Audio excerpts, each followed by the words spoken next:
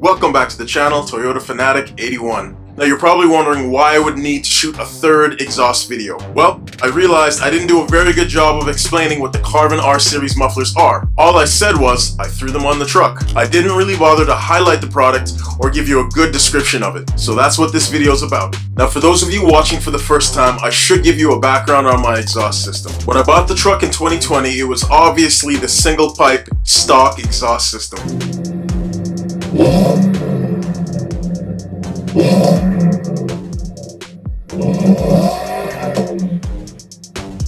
And that wasn't good enough for me, so I switched to a dual exhaust system, specifically the Borla Touring catback exhaust.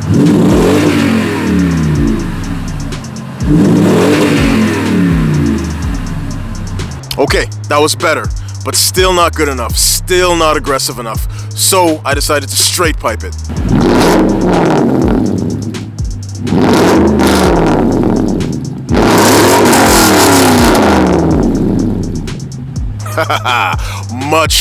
much better. But after driving around for a week, I realized that it might be just a little bit too loud, right? I don't like to piss off my neighbors, right? I want my family to enjoy being inside the truck.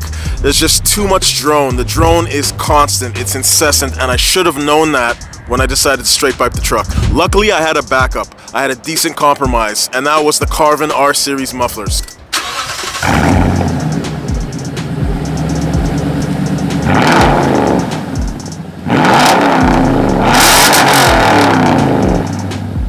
And I really should say that this is not a paid endorsement for Carvin. Carvin is not paying me anything for this video. Carvin has no idea this channel exists. There are a number of performance mufflers out there on the market. Dirty Deeds, Flowmasters. I just happened to pick the Carvin R-Series muffler. I knew it would give me the sound that I wanted. Here's the original muffler from the Borla Touring catback exhaust system. Notice how big it is compared to the individual Carvin mufflers. Even though this Borla Touring exhaust system sounds much better than stock, its muffler still has baffles which will reduce the sound of the exhaust. If you take a look at the inside of the Carvin mufflers, you'll see they're essentially hollow.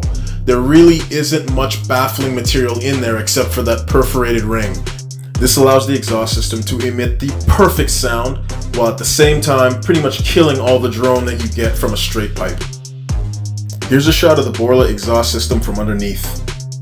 That painted black section is where the original Borla muffler used to be. So this system is basically true dualed and straight piped at this point. Now let's take a look at the exhaust system once the individual Carvin mufflers have been installed. That is beautiful. They painted over the welds to keep moisture out and prevent rusting.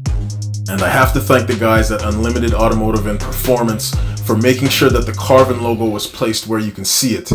Details matter. Getting these Carvin R-Series mufflers installed gives me the best of both worlds. The incessant drone of the straight pipe is gone.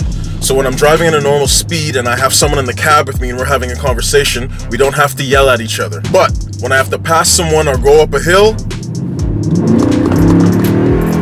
you get the idea.